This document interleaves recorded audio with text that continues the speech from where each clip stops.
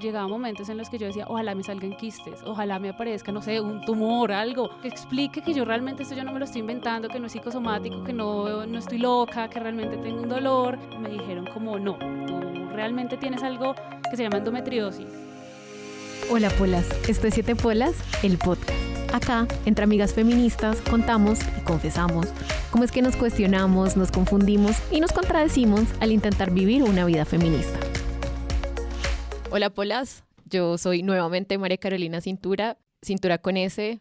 Estamos otra vez acá en un nuevo episodio de 7 Polas, el podcast, y esta vez me acompaña mi amiga y colega en 7 Polas, Juliana Saldarriaga. Creo que hace ya más de un mes, un día Juli nos preguntó en nuestro chat de WhatsApp de las Polas acerca de si alguna tenía experiencia con el dispositivo intrauterino, que es uno de los muchos métodos anticonceptivos que las mujeres tenemos a nuestra disposición. El asunto es que a raíz, creo que de una búsqueda de un nuevo método anticonceptivo, Juli dijo, tenemos que hacer un episodio del podcast sobre esto. Así que aquí estamos. Hola, Juli. Sí, hola, Cintu. Me encanta que hayamos logrado hacer esto, porque sí, ahora un tema, pues que, digamos, a mí, pues desde adolescente como que me ha dado vueltas y bueno, definitivamente creo que no soy la única, creo que a todas las mujeres en algún momento de la vida pues han tenido que pensar en esto. Entonces yo puse el tema y me encantó, digamos, la participación de todas y creo que también es algo que deberíamos hablar hoy, es como las experiencias tan diversas y tan opuestas que hay con respecto a los anticonceptivos. Entonces, no, fue súper revelador, me encanta. Y bueno, también aquí nos acompaña Ana Osorio. Ana, digamos, es colega mía, trabajamos juntas. Ambas somos antropólogas, trabajamos, digamos, que en el mundo corporativo, pero afortunadamente hemos encontrado espacios como para hablar de temas que nos interesan, como que orgánicamente nos hemos dado cuenta que tenemos muchos temas en común, sin duda el feminismo y los anticonceptivos. Ana es una gran invitada para tener hoy porque digamos que mi búsqueda de anticonceptivos y la relación ha sido a punta de como de la anticoncepción. O sea, yo busco anticonceptivos pues para no quedar embarazada y Ana busca anticonceptivos, digamos, por motivos muy diferentes. Entonces me parece muy importante pues como poder compartir nuestras anécdotas. Ay, qué bueno. Ana, muchas gracias por estar acá. Muchas gracias a ustedes, gracias Juli por invitarme y gracias a las Polas. Llegar acá fue muy emocionante. Nosotros, como les comentó Juli, nos conocimos en el trabajo y encontramos dentro del mundo corporativo una compañera feminista para hablar de estos temas. Es un gran para alivio. lo máximo, para poder ponerle como ese toque feminista a proyectos que a veces uno ve que son como que nada que ver, pero la verdad es que se lo podemos poner a todo. Y en medio de eso surgió nuestras conversaciones que se volvieron habituales sobre anticonceptivos y sobre nuestras propias búsquedas. Como dice Juli, su búsqueda y la mía son bastante diferentes. La suya muy desde la anticoncepción, la mía por patologías, por temas más personales, porque bueno, yo como mujer lesbiana poco o nada necesito de anticoncepción. Entonces, pues bueno, eso es una mirada un poco diferente, pero que igual muchas mujeres nos vemos reflejadas ahí y nos vemos reflejadas en la búsqueda por la anticoncepción desde diferentes ángulos. Bueno, yo creo que, de hecho, pues podríamos empezar por ahí, ¿no? Como cómo llegó cada una a buscar métodos anticonceptivos que se han encontrado en el camino hasta ahora y en este momento, cómo va ese camino, ¿no? Digamos que yo empecé cuando, digamos, conseguí mi primer novio, ¿no? Como que no fue algo que yo pensara, sino cuando ya existió como el riesgo de que iba a quedar embarazada. Entonces, en retrospectiva, caigo en cuenta que fue como, no sé cómo decirlo, como una vaina súper automática. Como estoy cuadrada, por lo tanto necesito un método anticonceptivo, que digamos es responsable pensar así, pero lo que yo hice fue un poquito reduccionista y fue súper de afán y súper desinformado. O sea, yo me acuerdo que salí corriendo a donde una ginecóloga. Yo en ese momento todavía no tenía como esa ginecóloga de confianza. Fue una señora X, la verdad. No le dije a mi mamá, nada, fui yo sola, súper autogestionada. Y la ginecóloga me dijo, mira, te voy a dar unas pastillas, porque era pastillas, ¿no? Yo en ese momento, en mi posición desinformada, pues no sabía, digamos, de estos otros, era condón o pastillas, básicamente. Y entonces ella me dice, te voy a dar unas pastillas que tienen muy baja carga hormonal. Y yo, no, pues buenísimo, o sea, son las pastillas que son y esto va a funcionar perfecto. Y yo creo que pasaron por ahí 2 meses o 3 meses que la suspendí por el dolor de cabeza, que no podía. Me levantaba todos los días con dolor de cabeza. Entonces como que hice todo mal, como que empecé de afán, no me informé y como que rompí como la regla de oro de las pastillas, que es no acabarse con el paquete. Bueno, pero ahí quería hacerte como 2 preguntas. Okay. Y es una, como, ¿por qué sientes que estabas obligada como a autogestionar pues la anticoncepción de esa forma? que de todas formas quiero sí dejar claro que desde mi perspectiva no necesariamente quiere decir hice todo mal. Siento que lo hiciste bien, pero muchas veces las mujeres, puede ser por prejuicios, puede ser por miedos, puede ser porque sabemos que hay mucho estigma sobre cuando empezamos nuestra vida sexual. Uno hace lo que puede, ¿no? Y siento que hiciste lo mejor que podías con lo que tenías. Sí, total. Y la otra pregunta es precisamente eso, ¿no? Si a ti te advirtieron de que eso podía pasar, que las pastillas anticonceptivas tienen todos esos efectos secundarios. Sí, yo lo sabía, digamos, por conversaciones con amigas que empezaron de pronto con pastillas por otros temas, digamos, por un tratamiento más hormonal que por una búsqueda como de anticoncepción, pero no sé, como súper por encima. Ahora que lo pienso, es eso que uno piensa que no le va a pasar a uno, no sé cómo explicarlo, como a mí toda la vida me ha ido bien como con los fármacos o los medicamentos, entonces dije, no, pues esto es automático. Y yo sí creo que, digamos, a mí nadie, que me parece algo interesante, a mí nadie me obligó, fue algo que yo hice automáticamente, como sin consultarle al man, como esto es una responsabilidad mía, de la mujer, y digamos que pues ya hoy en día el feminismo me ha dado como herramientas para entender eso. Y sí, tal vez lo que tú dices, Cintu, no para castigarme, sino simplemente para entender como las decisiones que uno toma y cómo se comporta. Entonces, sí, digamos que fue súper desafortunada. Hoy en día, ya como adelantándome mucho, estoy en otra relación y estoy en búsqueda. Este episodio se podría llamar como la búsqueda del anticonceptivo perfecto. Que no existe, por cierto. Que no existe, sí, no existe. Pero bueno, digamos que rescatable, que ha sido un proceso mucho más informado, mucho más acompañada, que digamos la manera en la que hablo con mi novio del tema. Yo tengo ahí una pregunta y es, tú llegas mucho más joven a la consulta de una ginecóloga y le dices directamente, quiero pastillas. Ella no te dijo como, mira, hay estas otras opciones, las pastillas tienen estos efectos, pero tienes otras opciones que tienen estos otros efectos, como para mirar las diferentes opciones que tienes sí, y qué te puede servir más a ti. Sí, que yo me acuerde, no. O sea, yo creo que de pronto yo venía como con la idea de que las pastillas eran como de pronto el método más sencillo, menos invasivo, y ella de pronto como que no me aclaró eso. Además, no sé, pues Juli y yo pertenecemos a la misma generación y lo que yo recuerdo de mi adolescencia es que también era como una cuestión de lo que dices, ¿no? Como que uno terminaba muy haciendo lo que hicieran las amigas. En mi caso, por ejemplo, yo tengo un recuerdo un poco extraño de esto porque mi mamá sí fue una persona que me acompañó mucho como en mi educación sexual y eso se lo tengo que agradecer infinitamente, pero aún así nuestra familia y nuestra relación de madre e hija en ese entonces no estaba totalmente despojada pues de este peso estigmatizante de eres un adolescente que es sexualmente activa. Recuerdo que mi mamá, digamos, dejó siempre muy abierta la puerta cuando quieras ir al ginecólogo, sin ninguna pregunta yo te llevo, y así fue que yo empecé a ir al ginecólogo y como que de alguna forma yo le sugerí al ginecólogo como, ¿será que me puedes recetar anticonceptivos? Y había esta cosa muy rara, Juli, quizá a tus amigas también les pasó, que a uno le recetaban anticonceptivos y para que los papás se lo pagaran había como este velo de secretismo que uno ponía y en el que decías que me recetaron anticonceptivos para el acné. Okay.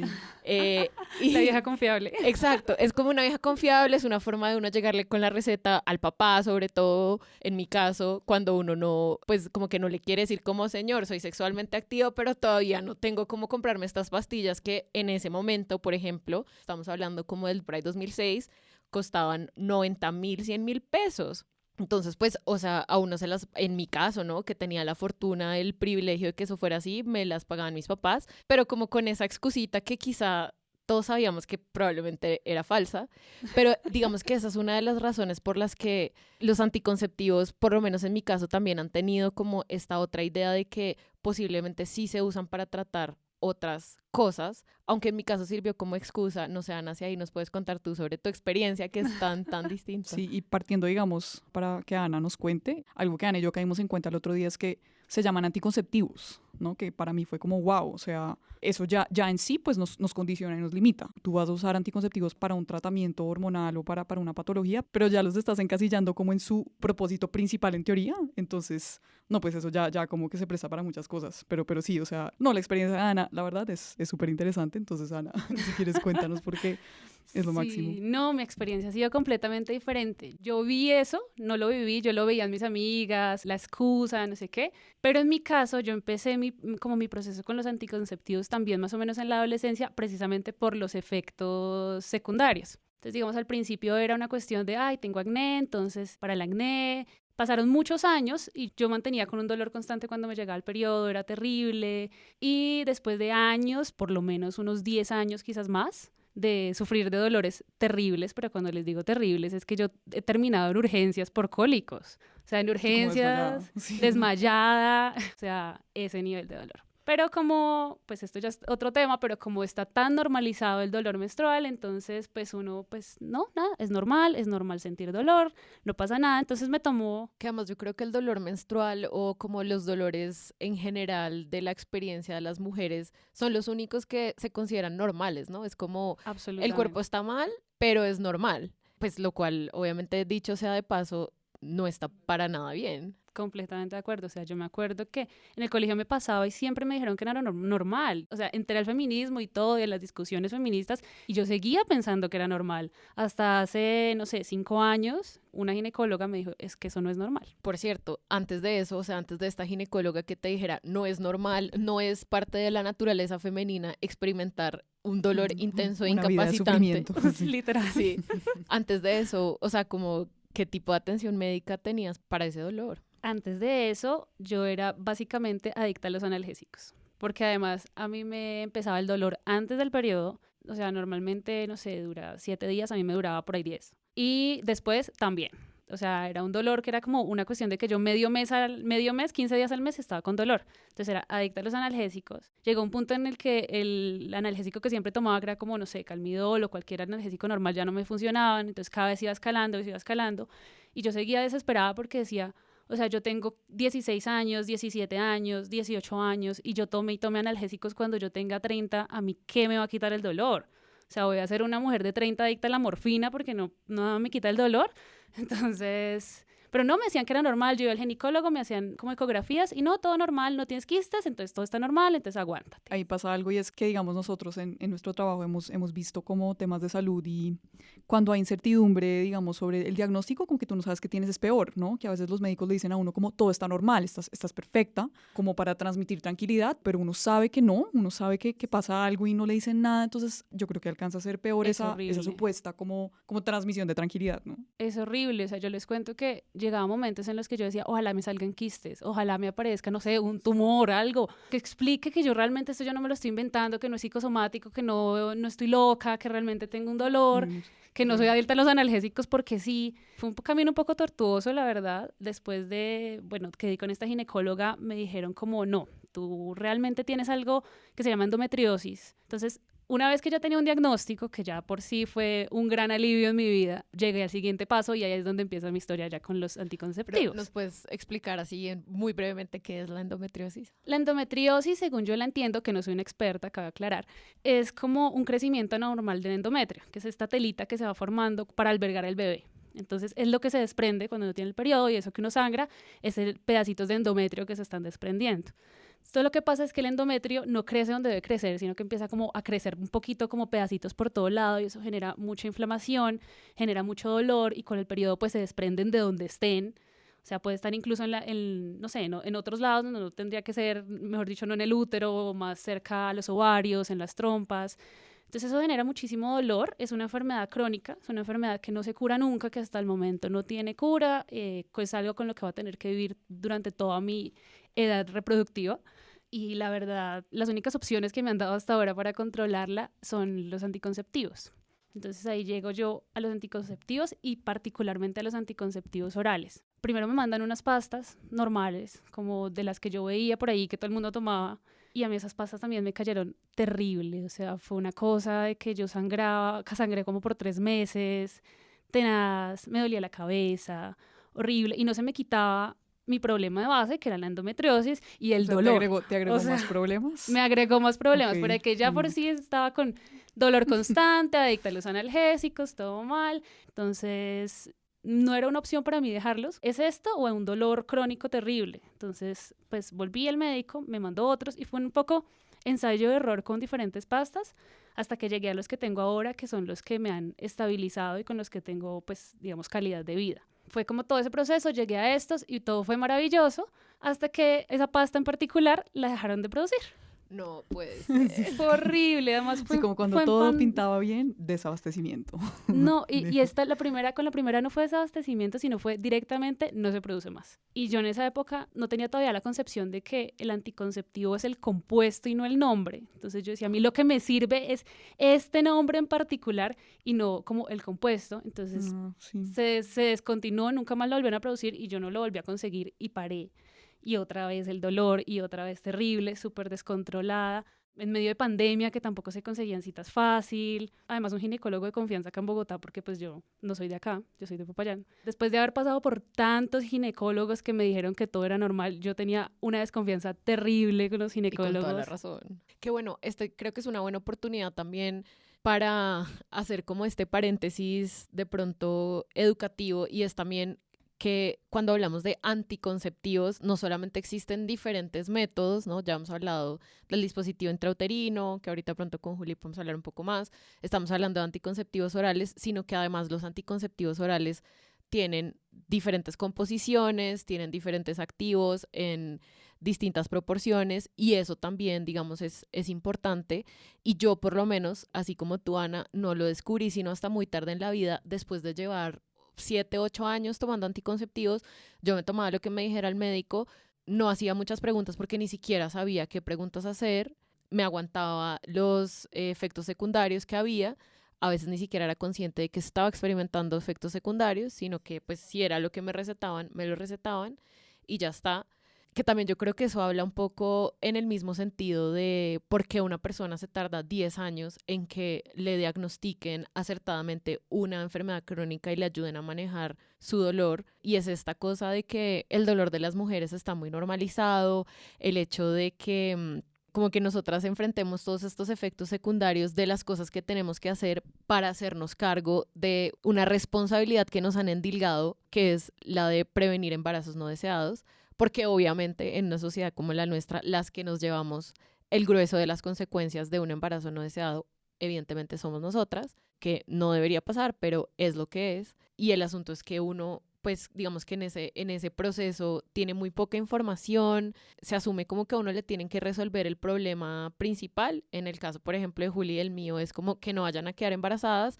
En tu caso, Ana, me imagino que una vez diagnosticada o desde que estabas experimentando dolores era como disminuir el dolor, ni siquiera erradicarlo, pero como que no hay mucha guía ni tampoco le dan a uno la información suficiente para estar tomando decisiones realmente informadas. Y yo creo que eso también habla mucho de cómo la medicina se ha relacionado con nosotras las mujeres como pacientes en este caso. Sí, que digamos ahí yo creo que va relacionado, este es un tema del cual no sé mucho, pero escribimos una columna en 7 Polas, creo que fue la Pola Vanessa, sobre las licencias menstruales, ¿no? Que es como la idea de que podamos de pronto faltar al trabajo por el dolor, digamos, del periodo y que entonces empieza un debate como de la trivialización, como, ay, pobrecitas, es que les duele un poquito, entonces, pues no pueden faltar cuando hay, digamos, cólicos que son verdaderamente incapacitantes, pero bueno, digamos, es un debate súper interesante y les recomiendo esa columna. Y siento otra cosa también, y pensando, digamos, en endometriosis, me acuerdo de Manifiesta, pues la revista, como el medio feminista Manifiesta, tiene como un reportaje de endometriosis muy completo. Entrevistaron a un jurgo de mujeres y yo he visto en redes que ellas tienen como es como una campaña que se llama #menstruar sin dolor, que es un poco lo que Ana decías de que no es normal. Entonces, pues si quieren leer más como de este tema de la endometriosis desde este enfoque como feminista, como desde el subdiagnóstico, pues les recomiendo. Juli, gracias por todas estas recomendaciones súper fundamentales que también nos ayudan a seguir profundizando en estos temas. Quedan, por supuesto, en las notas del episodio para quien quiera consultarlas. Ahí siento algo que también quería decir de, digamos, esta enorme oferta que hay, por así decirlo, como de opciones. Es algo que me ha parecido curioso como de esta segunda, digamos, búsqueda mía, por así decirlo, porque yo les hablé de la primera que fue como totalmente desinformada y solitaria, y esta de pronto ha sido retadora en el sentido de que ahora hay como un abanico como de opciones. Y un poco lo que he notado en los ginecólogos, el discurso es que tienes muchas opciones y hay un método anticonceptivo para ti, ¿no? Es como cuestión de buscarlo y juntos lo vamos a buscar. Es un poco como, es como un discurso muy optimista. Y digamos que me ha pasado, yo estoy ahora como en la mitad entre este discurso, estoy informada, voy a leer, encontré un ginecólogo que me da la información mucho más de frente y estoy en una posición para preguntarle cosas y no solo decir, listo, pastillas, pero por otro lado también uno sale a preguntar y lo que hice en el grupo de Polas, como que no sé si por antropóloga, a mí me encanta preguntar a la gente como, hey, entonces he recibido como experiencias diametralmente opuestas y eso también ha sido difícil para mí, como yo salgo de la consulta con el ginecólogo, listo, va a ser un dispositivo intrauterino y después hablo solo en las polas que somos 7 viejas, ya como que la información es abrumadora. Entonces, no sé, eso ha sido como que la posición en la que estoy en este momento, como de mediar estos discursos, como recibir insumos de todas partes. Y este es un tema que quería que habláramos porque creo que ya ambas lo mismo, pues Cintu y Ana, que es como la mamá de uno. O sea, digamos, yo esa primera vez que busqué anticonceptivos, en retrospectiva quisiera haber involucrado a mi mamá, porque después en la vida me di cuenta que biológicamente nos parecemos. Entonces mi mamá me dice, no, pues yo traté pastillas hace muchos años y me fue horrible, dolor de cabeza. Y yo, ay, a mí también. Como, creo que debí haber empezado por aquí. Entonces, como que si quisiera de pronto, qué chévere, Cintu, pues que digamos tu experiencia con tu mamá haya sido un poco más como desde la apertura. Yo no, digamos, no estoy diciendo que mi mamá no hablara de estos temas, pero yo creo que eran más temas tabú y como que ninguna de las dos tuvo la iniciativa para tratarlos. Yo soy hermana mayor, entonces de pronto también por eso. Pero hablando con Ana, digamos, de este tema, creo que Ana, es chévere que nos hables también de tu mamá. Y porque creo que eso fue también como fundamental en cómo ha sido tu experiencia y me parece como súper interesante. Sí, primero a mí me parece increíble lo que tú dices, Cinto, de esa relación que tenías con tu mamá. O sea, mi mamá me la planteó siempre, pero ¿tú crees que yo tenía el valor de ir a decirle a mi mamá, necesito o sea, para nada? Claro, ya se abren la puerta, pero de ahí a que uno, adolescente, con todas las cosas que tiene en la cabeza, vaya y le diga a su mamá que es sexualmente activa y que necesita anticonceptivos, muy difícil. Acá quiero aclarar que mi mamá es un ser absolutamente maravilloso, pero obviamente también está permeada por el patriarcado y en ese momento Claro. por todas las preocupaciones propias de la mamá de un adolescente. Entonces o sea, mi mamá abrió esa puerta, pero también me puso como todas estas opciones para que yo no tuviera que decirle, mamá, tengo sexo con mi novio, sino que fuera como, mami, me llevas al ginecólogo sin preguntas y luego como, me recetaron pastillas para el acné. Sí, como de a poquitos. Que quiero decir de paso que a veces las mujeres encontramos como esas formas de también relacionarnos con nuestro entorno, con el mundo, y si acá nos están escuchando niñas y adolescentes, sepan que esas cosas no es que estén mal. O sea, uno, No. de nuevo, como que quiero insistir en que uno hace lo mejor que puede con lo que tiene en ese momento. Entonces, si su experiencia es que tienen que ir a buscar anticonceptivos por su cuenta, háganlo. Hay muchas formas de encontrarlos. Si su experiencia es que su mamá o una hermana mayor, alguien cercano, les medio abre una puerta, intenten cruzarla con Tómenlo.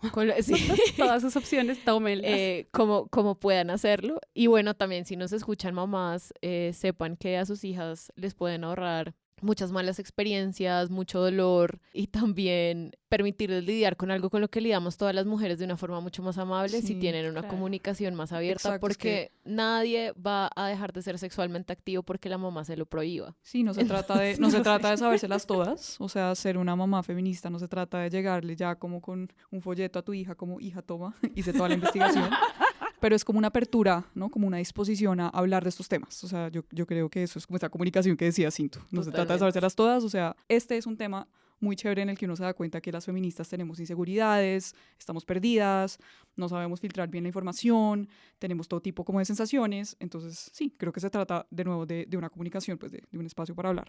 No, totalmente. Y es más, tocas un punto que a mí me parece muy interesante y es siempre esa carga que nos ponemos de ser perfectas. De por sí, como mujeres, tenemos que ser perfectas. Ser la mamá perfecta, ser la esposa perfecta, ser la hermana perfecta, ahora ser la trabajadora perfecta, ser la jefe perfecta.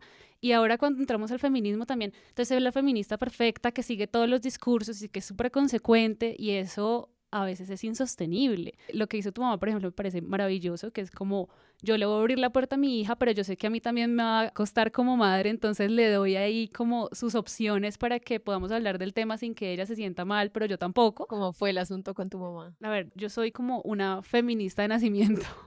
Feminista por cuna. Mi mamá era una mujer así revolucionaria de los años 70 que luchó por el feminismo y por los derechos de las mujeres. Entonces, claro, a mí el feminismo me llegó desde que nací. Pero pues ella era pues una feminista de su época, entonces una feminista con los discursos feministas de los 70, entonces digamos que mi primer acercamiento a conocer de los anticonceptivos fue un poco desde la historia, porque es que además es historiadora. Entonces, claro, ella me contaba, era como todo este discurso feminista de cómo la píldora fue tan importante para el desarrollo del feminismo, para la liberación femenina, de cómo marcó un hito el poder ser más autónoma sobre cuándo te vas a reproducir, de cuántos hijos vas a tener, en qué momento, todo desde un punto de vista un poco idealizado, porque pues fue la época y todos sabemos que fue absolutamente importante, vital.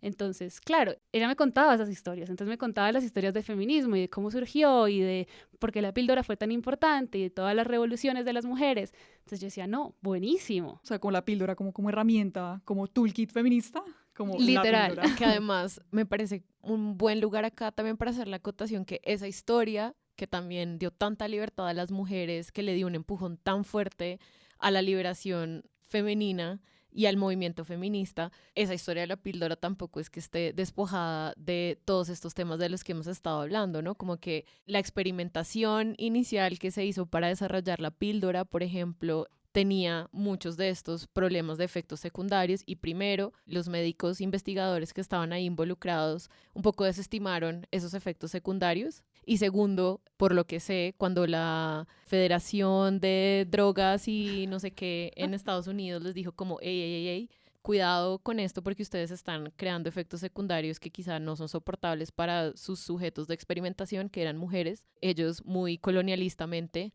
y racistamente también dicen, listo, tranquilos, nos vamos para Puerto Rico y seguimos acá desarrollando. Exacto. Siguieron experimentando en mujeres puertorriqueñas, pero además, una vez ya aprobaron la píldora, se llevaron sus pildoritas. Entonces, a las mujeres puertorriqueñas no es que les dieran tampoco al final como el fruto de esa investigación de la que ellos fueron objeto. Entonces, también es como de estas ambivalencias que como feministas nos tenemos que permitir, también es eso, ¿no? Como que hay una historia y hay unos símbolos y la píldora anticonceptiva es uno de esos símbolos, pero como que ya está comprobado que la idealización y la romantización tampoco es el camino, porque estaríamos, por ejemplo, pues como borrando esta parte de la historia. Y yo creo que es importante como para recalcar en lo que dijiste, no solamente es recordar los inicios del feminismo y todos estos discursos, entenderlos en su complejidad histórica, entenderlos desde sus diferentes aristas, pero también como no desmeritarlos y agradecerles, porque a veces siento que hay discursos muy de botar a la basura lo que hay atrás o de dejarlo, no sé qué. Y hay que también ser muy conscientes que todos estos feminismos contemporáneos, que todos estos nuevos discursos en los que estamos inmersas han sido posibles por esos feminismos de los años 70, por esos viejos feministas que nos abrieron el camino para el espacio en el que estamos ahora. Entonces, como reconocerles, agradecerles, pero también entenderlos de una manera crítica y con sus diferentes complejidades.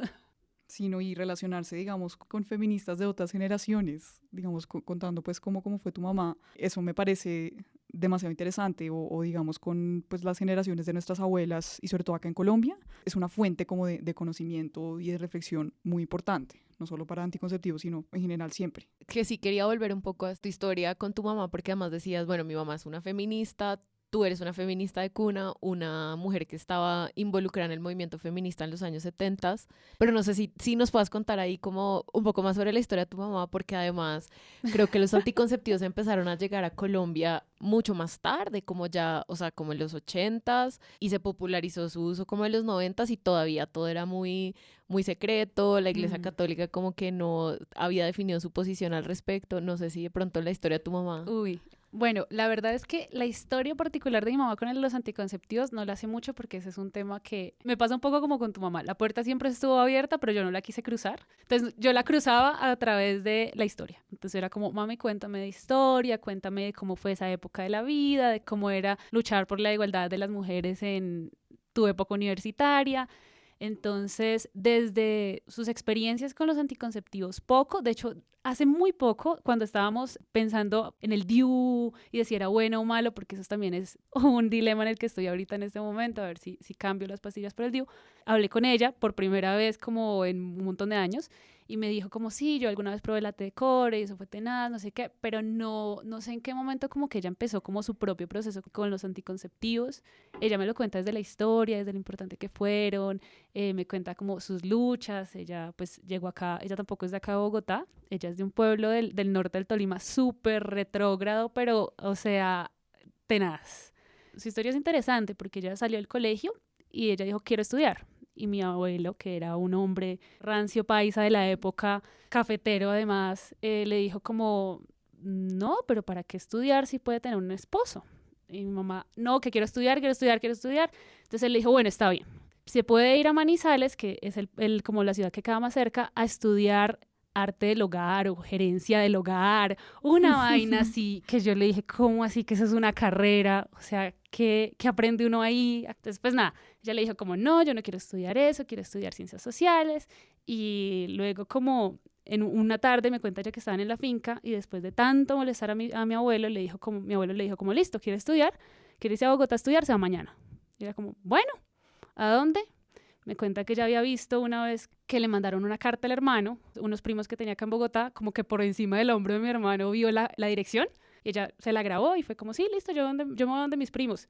¿Qué cuenta del teléfono? Nada que ver, no sabía, los primos no sabían que ella llegaba, ella no tenía como confirmada la dirección más allá de lo que recordaba, y nada, pues se vino y empezó su vida acá, empezó a estudiar en la universidad, a estudiar ciencias sociales, se metió a, pues, toda la efervescencia de la época, movimientos sociales, estábamos en pleno cambio social, y claro, de la mano de todas estas luchas sociales también venía incluido el feminismo, y fue como, claro, si es lo que siempre he buscado, ahora todo tiene sentido, mis pensamientos tienen toda una teoría detrás, y vámonos por acá. Que creo que eso también abre una discusión que es bien importante, y yo creo que, Ana, tú nos puedes ilustrar a Juli y a mí, que somos tan bogotacéntricas.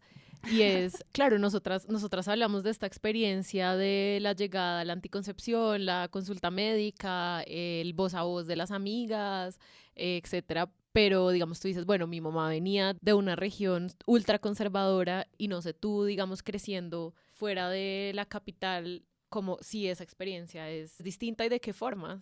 Claro, o sea, definitivamente las experiencias saliendo de Bogotá son otra historia. Yo siempre digo que dentro de Colombia hay muchos países. Totalmente. Bogotá y, digamos, el centro es uno de ellos, y de donde yo vengo, que es el Cauca, eso es como si fuera literalmente otro mundo. Las experiencias cambian mucho porque uno no tiene tantos, o sea, la típica, problemas de acceso. Digamos que si uno vive en la capital, en Popayán, uno puede acceder a ginecólogos, obviamente no hay tantos como acá, no tienen las mismas, como el mismo background teórico que los de acá, son todos los que me dijeron que estaba muy bien que tuviera dolor, a veces uno no encuentra posiciones diferentes y eso genera un problema grande. En mi caso pues fue no encontrar como que realmente tenía un problema, que tenía una enfermedad, pero también cuando uno se sale un poquito, no se tiene que salir mucho, se sale 1 hora de una capital, ya la cosa se vuelve mucho más complicada, porque entonces en un pueblo, y los pueblos del Cauca, tú no encuentras fácilmente un ginecólogo para ir a preguntarle de anticoncepción, tienes que ir a Popayán. Entonces imagínate, si para ti, digamos, fue complicado llegar, Juli, a los anticonceptivos, estando en Bogotá, pero fuiste a donde un ginecólogo, tenías la posibilidad, tenías la capacidad de pagarte un ginecólogo, de ir.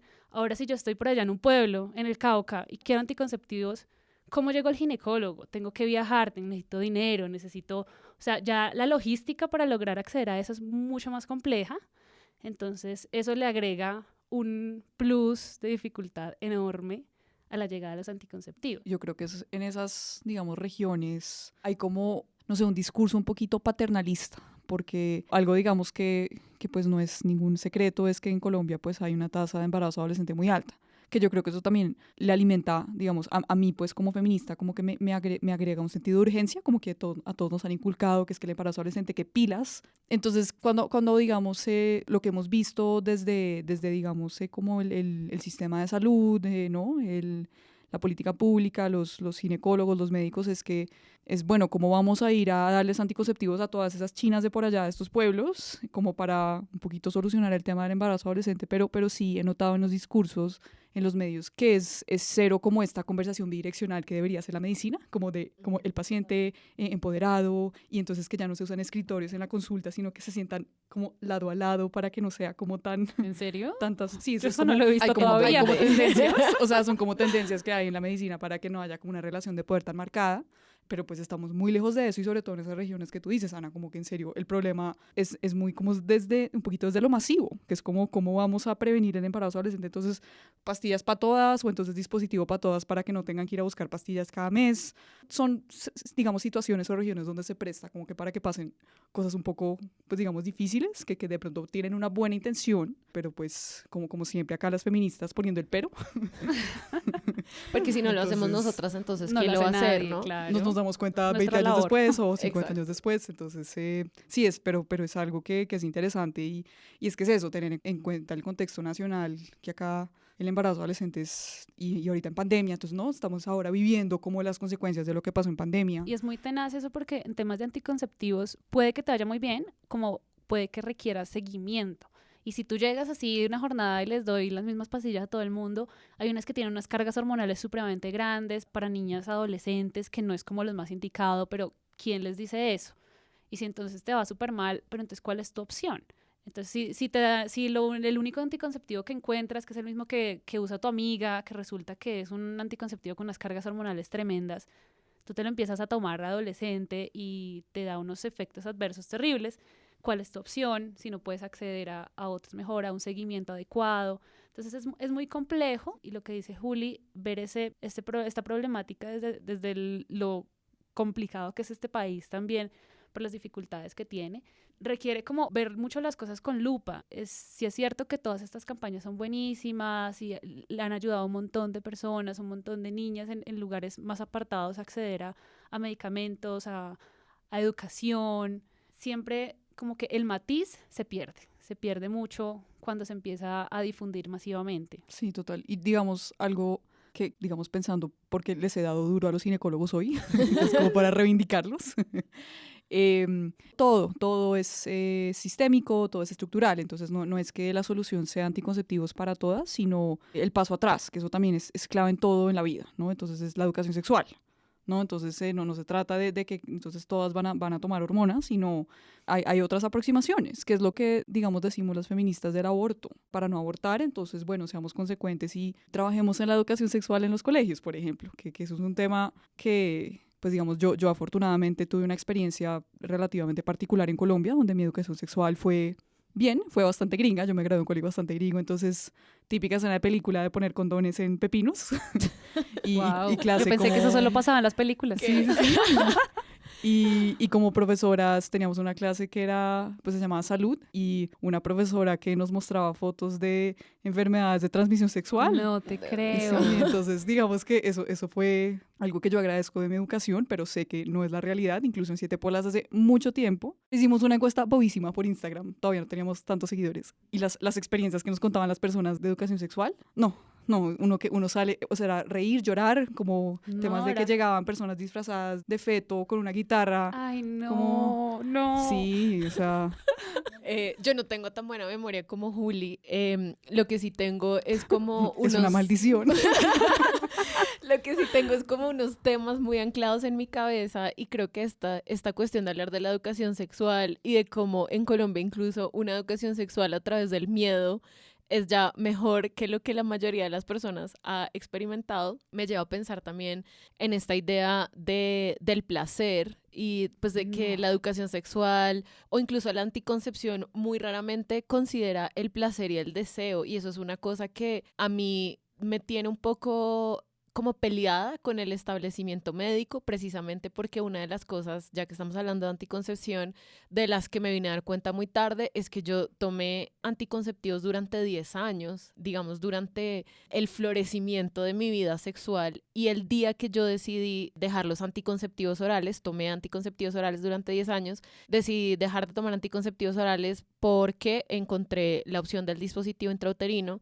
El dispositivo intrauterino tiene unas cargas hormonales mucho menores y yo me di cuenta que mi relación con el deseo sexual era radicalmente distinta, que yo llevaba 10 años tomándome una pastilla que disminuía sí. Y no, mi y no tenías placer. cómo saber eso, o sea, no tenías un Exacto. marco como comparativo. Nunca nadie me lo dijo. O sea, la persona que me recetó los anticonceptivos nunca me dijo, tu deseo sexual disminuye, tu placer sexual disminuye, tu forma de No, relacionarte cero. con el mundo Dolor de disminuye. cabeza, te dicen dolor de cabeza, que el pelo, Y pero... el Exacto. placer tía. no les importa. Y como yo nunca tuve esos efectos adversos, digamos, tan marcados, al contrario, fue una de las personas a quien los anticonceptivos orales le ayudó con cólicos, le ayudó a regular su menstruación, pero nunca me dijeron que eso interfería con mi deseo, ¿no?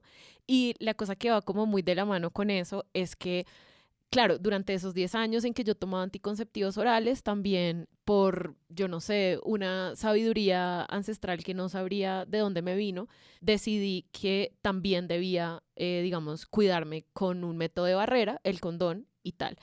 Cuando yo cambio de método anticonceptivo, me tengo que volver a hacer esa pregunta de, ok, si tengo dispositivo intrauterino, debería seguir usando condón, y me doy cuenta además que todo este discurso de educación sexual, todo este discurso de la anticoncepción, tampoco, digamos, como que me obnubiló frente a cómo se protege uno de otro tipo de cosas que no sean el tan temido embarazo, que son muy necesarias. Y creo que acá sí me dirijo a ti, Ana. También la educación sexual que yo recibí fue una educación sexual totalmente heteronormada, entonces en el momento en el que yo quise experimentar por fuera de las relaciones sexuales heterosexuales fue como, bueno, o sea, acá como no hay embarazo, no hay nada, y también fue Total. después uno darse cuenta como que, oiga, no, también hay otras cosas de las que incluso en una relación entre dos mujeres uno puede querer protegerse de otras cosas y no sabe cómo. No, tenaz, o sea, hablando es que yo las escucho a ustedes y escucho la historia de Juli con su educación sexual y a mí eso me parece como un cuento de hadas. O sea, ustedes no se imaginan mi educación sexual, fuera que crecí en un pueblo, crecí en un colegio católico, o sea, todo mal. Tenías el contrapeso de ser feminista, digamos, Sí. de cuna, de Sí, pronto. claro. O sea, a mí por lo mi única educación sexual era como lo que hablaba con mi mamá de vez en cuando, y eso que tampoco hablaba mucho porque lo mismo, un adolescente le da como cosa hablar con la mamá. Todos en retrospectiva, así ha sido mi vida, como enterarme de la vida de mi mamá siempre cuando ya pasó. Literal. Y cuando o ya sea, pasaron mis cagadas adolescentes. Total. No durante. Sí, no. O sea, tenaz. Yo ni siquiera recuerdo haber tenido educación sexual en el colegio y si tuvimos fue mínima. El hecho es que hay muchas cosas y es algo con lo que yo llevo peleando un montón y es como necesitamos, porque se habla mucho de que se necesita más educación sexual, pero yo sí he visto que se está proliferando, pero sigue siendo de una calidad pésima. Lo que tú decías, por ejemplo, del placer, para mí ha sido durísimo porque... Y en mujeres, yo creo que ahí hay como Claro. ¿no? Aún más tabú. Aún más tabú porque del placer en hombres medio se sabe, y eso que tampoco es que se haya como investigado a profundidad, pero del placer en mujeres nada, es como supremamente críptico. Claro, yo lo empecé a experimentar, no como tú al principio, pero ahorita que los estoy tomando era como, ¿pero qué es esto? Y uno siente la diferencia cuando se los deja de tomar. Yo decía, y mis compañeras que llevan tomando esto toda la vida, ¿qué será de sus vidas sexuales? No, es que ¿Qué uno puede pasar pensarán? 10 años de su vida pensando que el sexo es... Que las mujeres tenemos menos, por lo que Sí, le dicen a uno, lo que le que los dicen. hombres andan por ahí pues con ganas todo el día y uno no. Es que uno Total. no tiene cómo comparar eso. Y digamos algo que, a propósito de este tema del placer femenino, no sé si ustedes ya se vieron la nueva película de Pixar que es Red, Me encanta. Turning Turning Red. A mí esta película pues es muy buena en general en sí, pero tiene algo muy poderoso. O sea, la película muestra lo que es sentir deseo cuando uno es una niña de 13 años. No sé cómo explicarlo, como que es una manera muy no como así hipersexualizada de sentir deseo, sino es una niña adolescente que tiene una traga, entonces dibuja la versión sirena del man en el cuaderno y es como un deseo muy, muy fuerte, pero lo logran hacer de una manera como para una película de Pixar y creo que nunca antes he visto como una representación tan buena de lo que es ser como una criatura como con deseo, Total. siendo una niña de 13 años, o sea, súper, súper poderoso, súper recomendada la película. Y que no sea desde el fetiche, porque yo he visto unas cosas terribles así de las niñas fetichizadas, horrible. Que es esto, ¿no? Como que entonces las mujeres, si no estamos en un extremo de la fetichización absoluta, entonces estamos en el otro extremo de su deseo no importa y lo importante digamos, hablando de anticonceptivos, es que, por ejemplo, no quedes embarazada, entonces ningún médico te va a decir que estas pastillas que te estás tomando religiosamente disminuyen tu deseo sexual, disminuyen tu experiencia sexual y te vendrás a dar cuenta mucho más tarde en la vida. Sí, algún día cuando las dejes. Es tenaz, es tenaz. Y volviendo a tu pregunta, para mí todos los referentes también eran súper heteronormativos. Y para mí explorar el deseo con otras mujeres era primero súper raro, porque yo era como, no tengo ningún referente, yo no, en esa época, ahorita pues hay más películas, hay series que están intentando como visibilizar un poco estas otras maneras, como estos otros tipos de relaciones, pero en esa época, y es que no es hace mucho tiempo, o sea, te estoy hablando 2009, 2010, todo era súper heteronormativo y todo era la princesa con el príncipe y yo no sabía muy bien qué hacer y nosotros empezábamos, las lesbianas de mi época empezábamos el juego de también jugar dentro de lo heteronormativo porque era lo que conocíamos. Entonces el cliché de la lesbiana que es como súper tomboy, muy masculina, la otra como súper femenina, porque pues es lo que uno va conociendo y empieza así a explorar hasta que va encontrando como diferentes formas de ser y de habitar el deseo desde otras formas.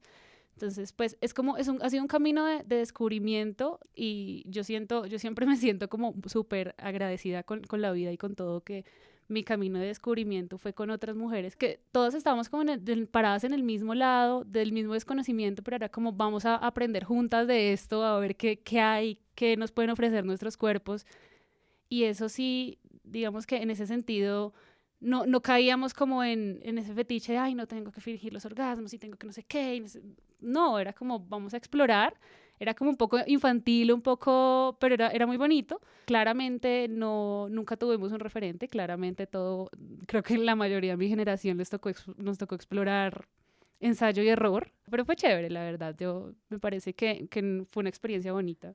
Que más esta es otra de las ambivalencias que quizá me siento un poco reticente a compartir, pero es como que por supuesto que yo quiero que todo el mundo tenga educación sexual, por supuesto que yo quiero que disminuyan las tasas de embarazo adolescente, pero por supuesto que no quiero que una cosa sea igual a la otra, o sea, como que la educación sexual siga siendo esta cosa de prevenir que las niñas queden embarazadas. Y entonces me pregunto además, ¿qué daño también a uno le puede hacer esa educación sexual que está totalmente atravesada por simplemente un discurso de la anticoncepción y de la prevención de enfermedades? Porque ahora que tú decías como entre mujeres hay una experimentación y como se parte del deseo genuino y no de la performatividad, pensaba también en esta imagen del banano con el condón. Y es que no se me puede ocurrir nada más distinto a pues un banano inanimado en todo, ¿no? Como en movimiento, en tamaño, en forma, a lo que es un pene. Y entonces pienso como también de qué formas a uno esa educación sexual, ese discurso súper medicalizado. Sí, lo que dices, es mejor eso, es mejor nada, como que es difícil, que yo creo que es algo que nos pasa mucho, que queremos que todo sea muy radical, pero es como, a veces como baby steps. De acuerdo, que yo creo que pues ya que llegamos al tema, sí estaría chévere de pronto que habláramos tanto desde la experiencia personal como de pronto ustedes que en su trabajo han tenido la oportunidad de hacer estas investigaciones sobre anticoncepción, y es en qué estamos o cómo estamos pensando sobre el rol de los hombres frente a la anticoncepción. Sí, eso es todo un tema. Digamos, a mí se me ocurre así por encima, pues que el mínimo es que, pues si tú eres una mujer, digamos, heterosexual, pues que hables de estas cosas con tu pareja. Yo creo que ese es un quick win, típico como lenguaje corporativo de consultora, pero la verdad sí, o sea, yo creo que ese es un primer paso que tenemos que dar, como, o sea, es mi decisión, pero pues mira, estoy averiguando, me siento así, me he sentido así por este método, o prefiero este, o sea, creo que es un tema que tiene que estar totalmente, digamos, sobre la mesa. Entonces, hombres, si nos escuchan, sí tiene que haber disposición, y digamos que pues yo he tenido, digamos, experiencias positivas en ese sentido, la verdad. Entonces sí creo que eso es lo primero, y ya pues hablando de pronto como de un tema un poquito más, no sé si macro, un poquito más coyuntural, está como el asunto o la promesa en vano, la leyenda del anticonceptivo sí, masculino, que yo no soy experta en este tema, pero sí siento que hay como una resignación, no sé, como que siento que estamos un poco estancadas, como sí, eso está avanzando, pero siento que de pronto podría avanzar un poquito más rápido y es porque no queremos, no sé, es difícil. Y algo que Ana me dijo el otro día que me dio mucha risa, es que uno también como mujer tiene sus temas machistas, ¿no? O sea, eso no es ningún secreto. Entonces era que si hubiera una pastilla para hombres, entonces las mujeres dicen, ay no, pero se le olvida tomarla, entonces yo sigo tomándome mi pastilla. Que eso parte de conversaciones con amigas que me dicen eso. Y es como, listo, la tan esperada leyenda de que algún día llegará esa supuesta pastilla, que quién sabe cuándo será.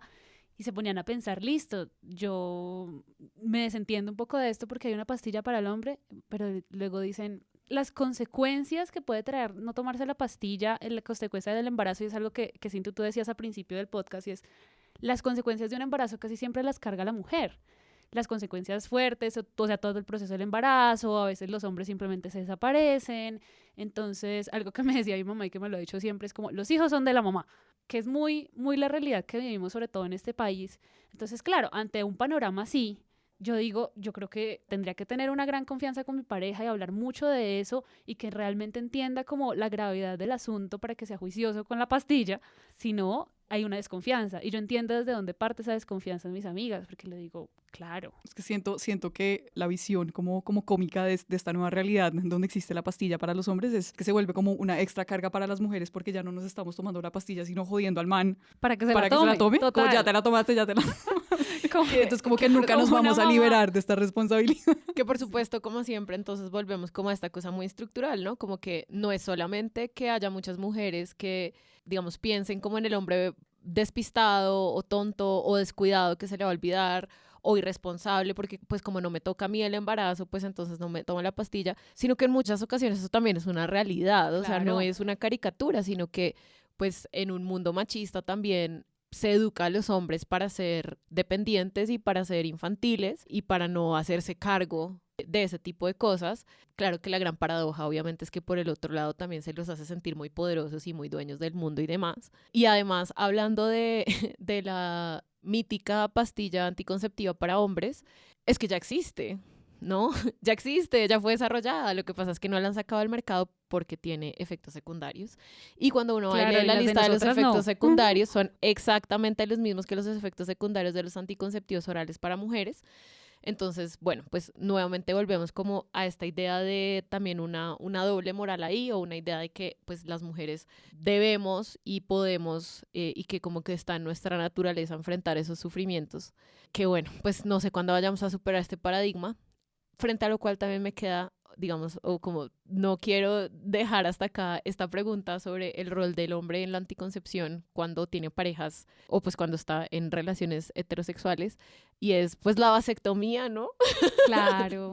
Yo creo que nosotros también, pues felizmente para mí, me imagino que infelizmente para otra gente que ve otras consecuencias en eso, nosotros pertenecemos a una generación donde más gente se pregunta sobre la maternidad y la paternidad y si es un rol que quiere asumir, pero a mí me choca muchísimo que yo conozco tantos hombres que dicen, no, yo no quiero tener hijos, y es como, bueno, pues hasta la vasectomía. Y no quieren. Y es como, no quiero. Es terrible. Y es como, ¿por qué? Si los insultaras prácticamente. Exacto. Y porque además también, estúpidamente, hay una como confluencia en la mente masculina entre potencia sexual y capacidad reproductiva.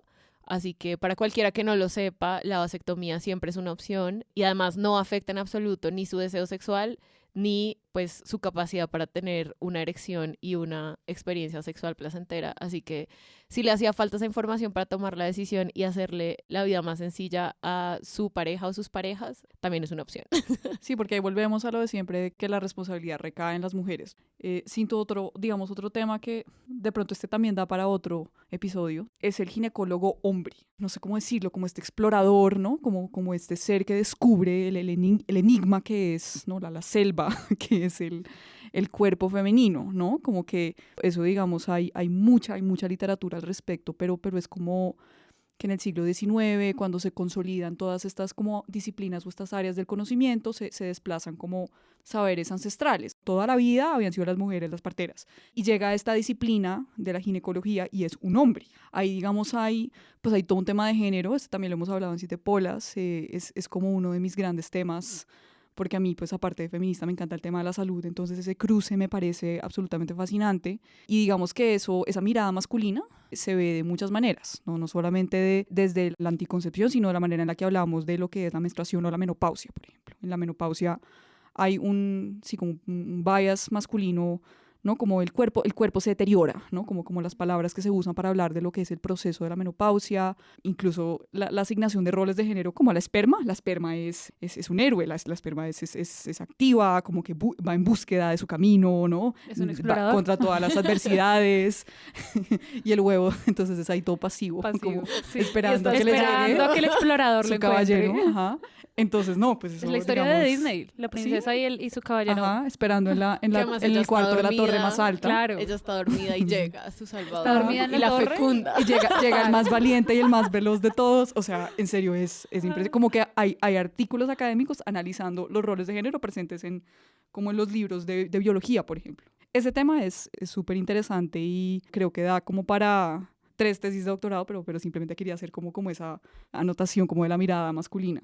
Bueno, que quizá acá lo que eso me inspira a pensar, o mi pensamiento inmediatamente se fue para allá, es, digamos que el otro lado de la anticoncepción es la reproducción y quizá como la reproducción asistida. Y ya que creo que felizmente podemos dar esta conversación desde un punto de vista que no es exclusivamente heteronormado, quiero decir que así como las mujeres, digamos, hemos estado históricamente encargadas de prevenir el embarazo, para envidia de muchos y de malas, también las mujeres y las mujeres lesbianas llevan mucho, mucho tiempo, las que así lo eligen, reproduciéndose ellas, sí, efectivamente con esperma de hombres, pero además muchas de ellas con esperma de hombres gays también, para que les duela a los que les duela, y saben mucho sobre reproducción asistida. Y a mí una cosa que me impactó mucho recientemente es haber descubierto eso, ¿no? Que desde los años 50, 60, 70, las mujeres lesbianas sabían perfectamente cómo lograr una fecundación, digamos, a través de métodos asistidos, sin necesidad de una relación sexual con un hombre.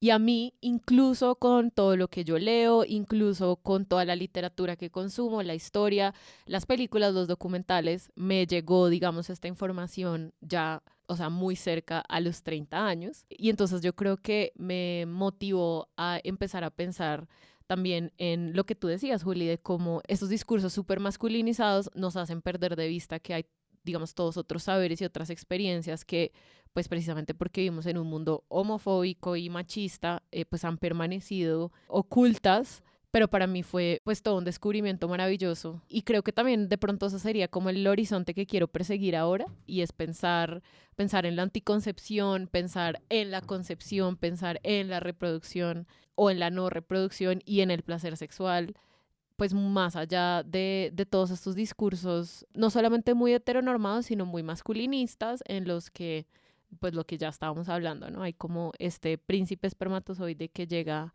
al óvulo princesa dormido. Claro, es que es tenaz, o sea, esta mirada tan masculina ha permeado todo y por eso es tan importante que las mujeres tomen roles de poder, que tomen roles importantes en todas las diferentes esferas del mundo y de la vida, en la política, en la academia, en la biología, en todo, porque así no lo quieran, así digan que no, el hecho de tener como que todos los médicos sean hombres, que todos los que están investigando sean hombres, empieza a generar este tipo de sesgos y por eso llegamos a discursos como el espermatozoide princesa dormida o a tener como, no sé, un desarrollo tecnológico enfocado solamente en que la mujer tiene que hacerse cargo, que es lo que pasa, digamos, con los anticonceptivos, en que no haya un anticonceptivo masculino desde hace ya un montón de tiempo, que debería haberlo, pero sigue siendo como el mito ahí. Entonces, sí es muy importante como realmente lograr esa paridad en todos los aspectos para poder tener diferentes visiones del mundo y de poner sobre la mesa diferentes discursos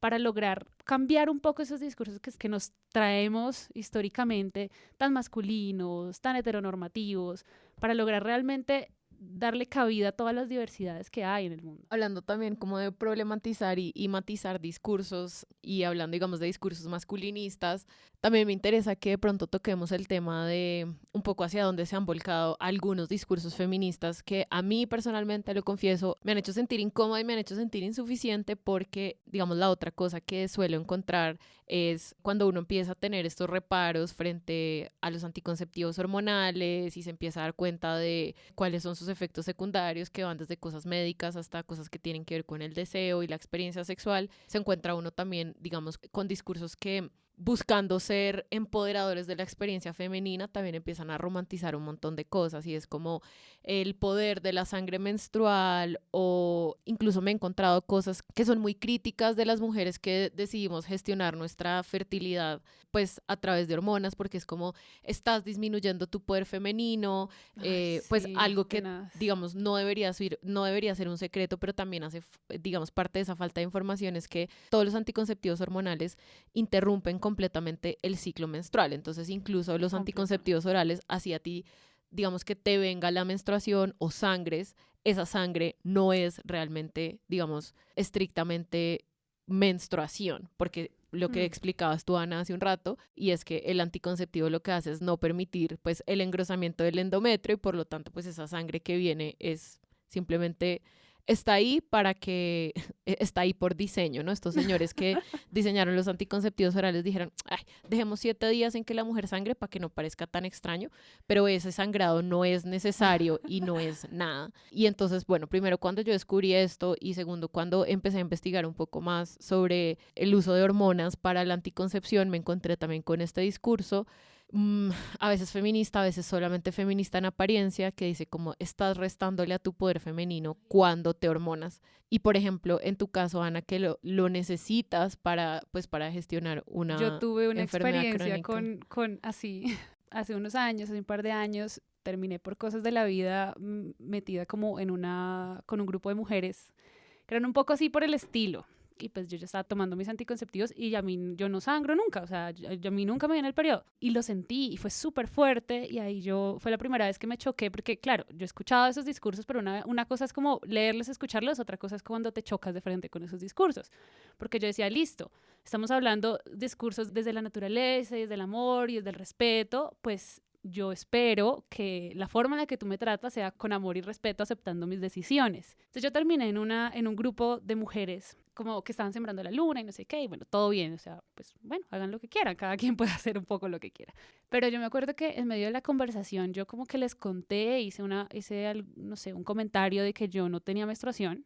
Y yo recibí como un montón de rechazo, o sea, fue súper fuerte porque yo dije como, estamos en un ambiente de feministas, de todas mujeres, que nos entendemos, que entendemos nuestras luchas, que nos hablamos desde el respeto, ¿por qué me está rechazando así? Porque yo no tengo menstruación. Entonces también era como identificarse como mujer a partir de ese hecho biológico de menstruar, que para mí era completamente ajeno, o sea, yo no me identifico como mujer a través de ese hecho de menstruar, o sea, no lo rechazo, yo sé que hace parte de mí, pero en mi caso, por mis condiciones médicas, es algo que yo no hago, no tengo, no quiero tampoco volver y no voy a dejar de tomarme mis pastillas solamente por encajar en un estereotipo de buena feminista que ama su cuerpo de mujer porque menstrua. Amas tu cuerpo porque hiciste todo lo necesario para estar bien claro. Y para no sentir más dolor. Lo que yo creo es, ante todo, informarse y aprovechar, digamos, que existen tantas fuentes. O sea, hasta hablarlo con las amigas me parece que es una fuente valiosa de información. Obviamente, pues siendo como un receptor crítico de información, por así decirlo. Está perfecto no sabérselas todas, está perfecto echarse para atrás, está perfecto arrepentirse. Y hay muchas aristas, y entonces con calma, con calma. El hablar con amigas, el hablar con otras mujeres es tan importante.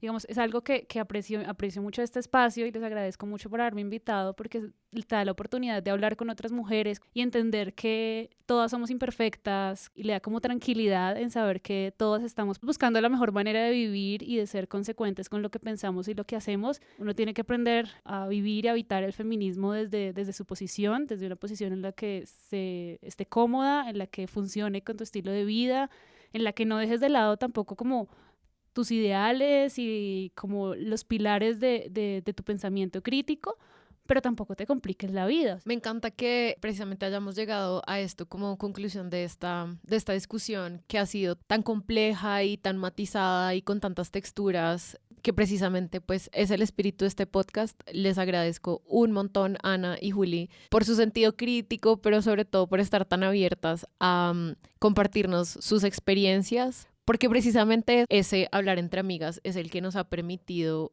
las formas de libertad que de hecho persigue el feminismo. Yo he intentado articular precisamente esta idea de que el feminismo no es un nuevo dogma que hay que seguir. Cuando nos surgen esas fiscalías internas o externas, yo creo que luchar contra ellas también hace parte de ser feminista, y una fórmula que he encontrado más recientemente es: no se trata de que una decisión u otra, por ejemplo, de un anticonceptivo u otro, no es como que una de esas decisiones sea más feminista que la otra. Lo que sí quizá es que hay una forma más feminista de dar esa discusión, de buscar esa información y de tratarse a uno mismo cuando toma esas decisiones. Entonces creo que con esto cerramos. Muchas gracias por esta conversación fabulosa. No, lo máximo. Chicas, muchísimas gracias por la invitación. Gracias a Juli, gracias a las Polas.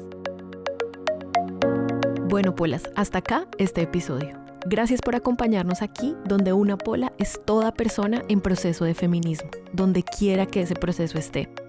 Este episodio fue producido por mí, María Carolina Cintura con S. La grabación es de Sara Trejos, la edición y el montaje de Paula Villán. 7 Polas el podcast es una producción de 7 Polas con el apoyo de Sillón Studios. No olviden ver todo nuestro contenido siguiéndonos en @7polas en todas las redes sociales. Ayúdenos a compartir este episodio en sus redes y con todas las polas que tengan en sus vidas. Así podremos llegar a más personas. Y no olviden dar una calificación o me gusta en su plataforma de podcast favorita. Así también nos ayudan a crecer. A nuestras amigas y colegas de Sillón Studios pueden seguirlas en @Sillón Studios. Esta temporada se produce gracias al Public Humanities Fellowship del Interdisciplinary Humanities Center de la Universidad de California en Santa Bárbara. Nos escuchamos con más historias de vidas feministas en un próximo episodio.